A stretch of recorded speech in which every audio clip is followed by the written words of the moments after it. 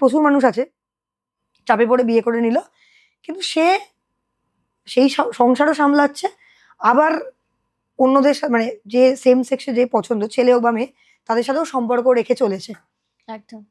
এবার তাতে কি হয়, যেই ছেলেটা বা যেই মেয়েটার সাথে সম্পর্ক করছে সে তো তার প্রেমেই তো মানে চলছে, সে কিন্তু না আর একটা সম্পর্কে যেতে পারছে না তাকে বিয়ে করতে পারছে, সেটা মাঝামাঝি একটা জায়গায়। মাঝামাঝি একটা, কিন্তু সেই মেয়েটা কিন্তু সংসারও করছে, এদিকে আবার তার সাথেও সম্পর্ক বজায় রেখেছে, মানে দুদিকেই চলছে।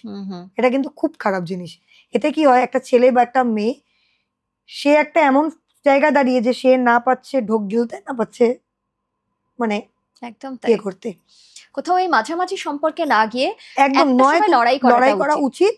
বা মানে যদি এরকম মনে হয় যে না এখনো আমরা মানে দুজনে একসাথে থাকতে পারবো না, তো আমার মনে হয় যে সেই মেয়েটা বা সেই ছেলেটাকে কাজ করা উচিত ছোটখাটো, 10,000 টাকা চাকরি করো, একটা 2,000 টাকা বা 2,500 টাকায় একটা ঘর ভাড়া নিয়েও থেকেও যদি 6,000 টাকাও তার বা 8,000 টাকাও যদি তার সংসারের খরচা লাগুক একটা দিন, তো তারা দুজনে এক হবেই।